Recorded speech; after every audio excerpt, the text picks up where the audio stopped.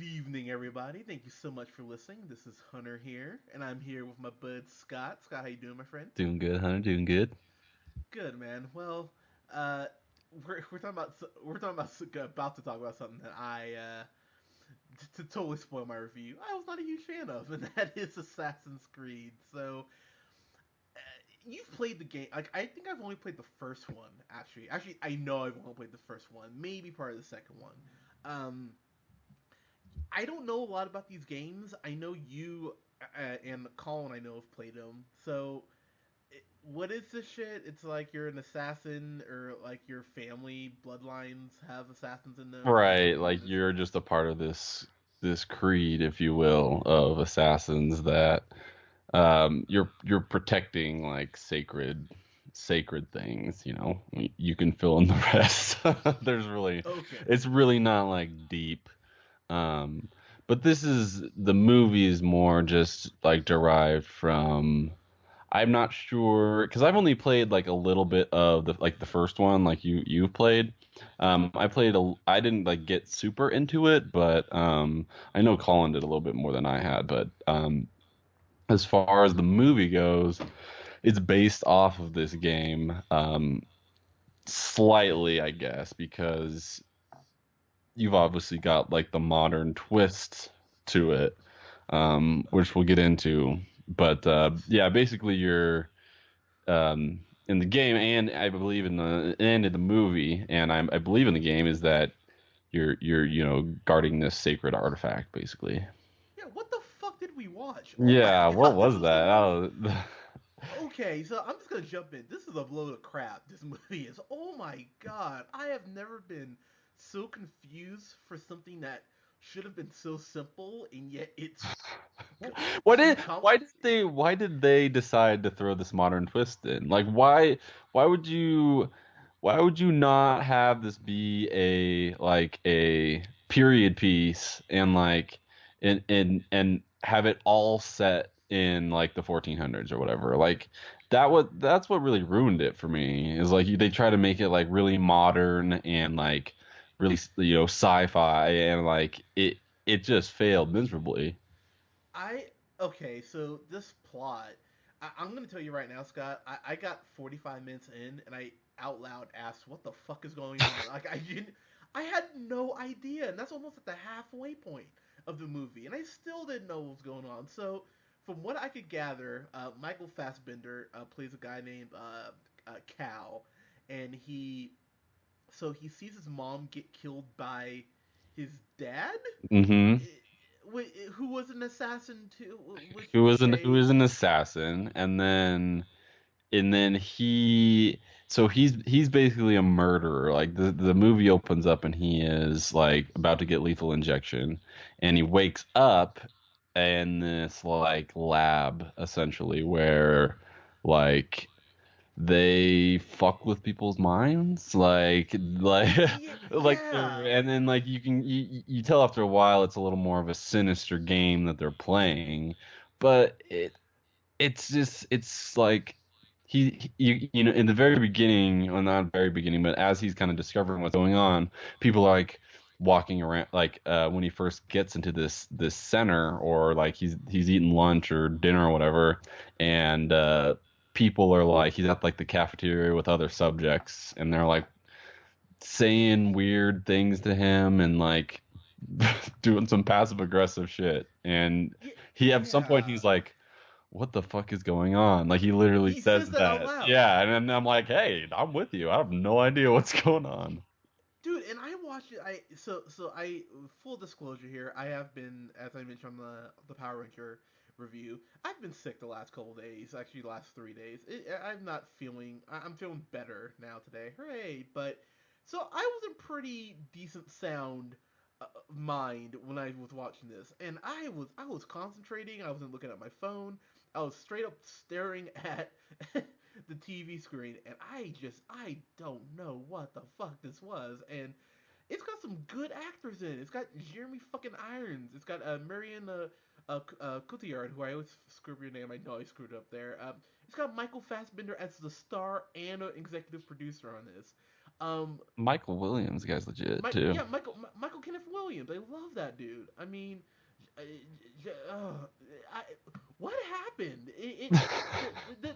The, the thing about this movie is okay. So I'm just gonna rip into this right now. So the plot is one of the most ridiculous things. I mean, I can buy some pretty ridiculous shit, but so what they said is that um, in the Garden of Eden, like the first seed of man's disobedience fell from this apple that was on one of the trees, and it burrowed in the ground, and so this apple can be used to take away people's It's free funny like will. Like, listening to you like say it out loud.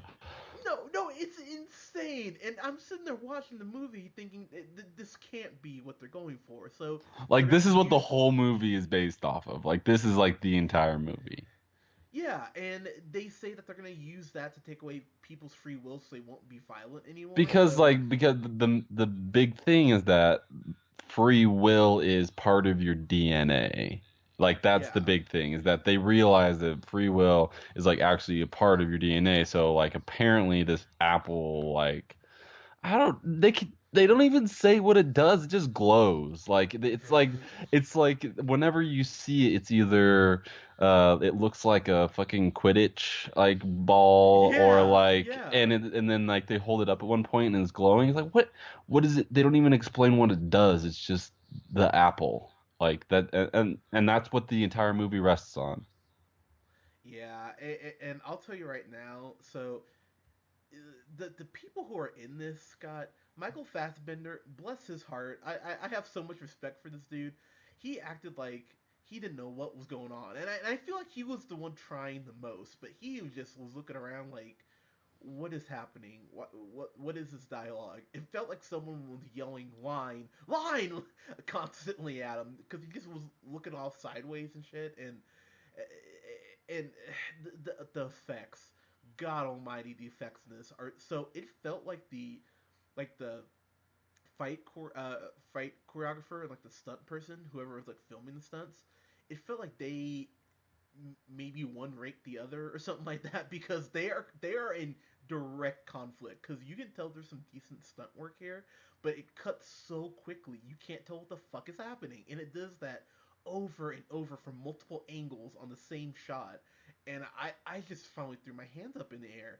There's one fight scene or action sequence that I enjoyed, which was when Cal is back in whatever.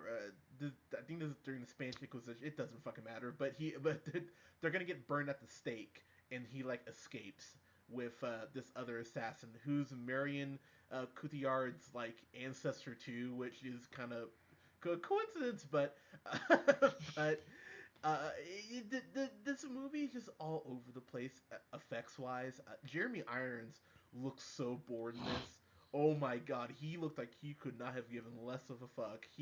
It almost felt like he rolled out of bed and they were like, "Oh, dude, you know you're supposed to film today. Shit, okay. Does the sweater work? Cool. Yeah, just throw him on set because whenever he's talking to Michael Fassbender, it just feels it's bad. So go ahead.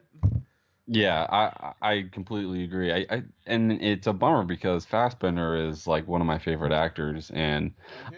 I honestly don't think that he was bad in this necessarily. It's just kind of one of those big pitfalls of a lot of the movies we see is the plot and the writers really, killed this thing from the beginning, and doesn't matter if you throw Jeremy Irons in or Michael Kenneth Williams or Michael Fassbender, but it just uh, it was just like they're trying to do too much and it was going like way too quickly to keep up and this whole contraption that like things just aren't explained throughout this entire movie. They just happen and they're in this the movie is essentially set in this huge like alien ship looking building like in the middle of Spain or something and there's this like contraption that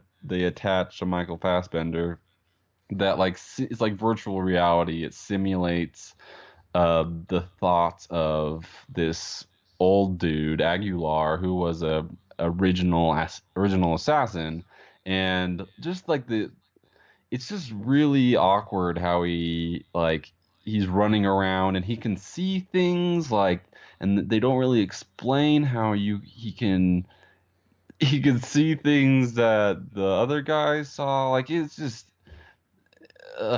it's just not worth it. Like I was trying to keep up with it, and then at a certain point, I'm like, you know what? Like, I'll try to enjoy what action there is, because that, the action wasn't horrible. I won't say that like they didn't try on that, but this the plot and the writing was not there to keep this movie up to salvage it at all. Yeah, this movie just yeah, the point is when he's in the like what's the thing called the animus or the Yeah, his an enema, that yeah the Tyrannosaurus Rex, yeah, that whatever the fuck it's called. Uh, Megazord. yeah, yeah, the arm of the Megazord. But this movie, when he's climbing invisible, like he's climbing the walls in the building, or in the room, whatever. But then it never cuts back to him, riding a horse because that would make him look like a fool. Right, or jumping Yeah, down, like going down into something. That would not work. yeah. So there's just those that, and then they kind of give this half-ass explanation about how he was able to come back from the dead, but not really. They almost go, hey, shut up, look over there, and then just keep moving on with the movie. This movie, Scott, it's a maybe it's because my expectations were so low for this that I just wasn't angry at it, Yeah, me but I neither. was I would agree. just sitting there thinking this is a waste of my goddamn time, and there's really no reason why anyone should have made this. I can only figure Michael Fassbender heard, hey, they're doing an Assassin's Creed movie, and he wanted to get his name attached to it and do a little producing. And then he got the script, and he went, "Fuck, I'm already signed up to this. Damn it!" And so he did the best he could with the chicken shit they gave him. But unfortunately, it still is not very good. So, so getting my final thoughts, it's dumb. It's overacted and underacted somehow. like there are these points where these people clearly think they have Shakespeare in front of them, and then there's other scenes where they're thinking they're on a sci-fi, like Sharknado or something like that. It's amazing how they're able to jump back and forth in that sense. So I would give this a solid D minus. Is what I'm gonna give this. Wow, not good. Yeah, I agree with you. I wasn't mad at it. Because there were certain points when I was keeping up with it, and then it was starting to resemble a movie, and then it would kind of fall back into the silliness of what the entire plot was about, and that just kind of turned me off altogether to it. So. I would never. I mean, I would be a lot angrier if I actually had to pay for this movie, like in a theater. I think, but it was just like meh. Just I definitely wasted my time, which is I think more of an insult than anything else. Um, I would give this a. Oh, What you gonna give it, Scott? I'll give it a C minus because Oh, you're I didn't hate it, but Fassbender was good enough to keep it above a D. oh, you kind-hearted soul, you. I you're nicer than me, man, because I thought this was just poop. But I mean, I was thinking about it. It wouldn't be on my worst stuff or anything like that. No. But yeah, there's the bad video game movie Why expectations. is that? Like why can you what's the last video game movie, like video game turned movie that you liked? I can't think I of mean, many. I mean, technically, I guess you could say Scott Pilgrim, since that was a comic first, or graphic novels first. I guess Wreck It Ralph. You like that one? I really enjoyed Wreck It Ralph. Didn't love it, but did enjoy it. Because you've got movies like they'll throw it out all the time, like Halo they'll try to do, and then like just like it seems like more often than not they're flops than they are successes. Yeah, I mean, let's just go down the list real quick. The Assassin's Creed, the Resident Evil movies, Double Dragon, Street Fighter, The Legend of Chun Li, which is fucking atrocious.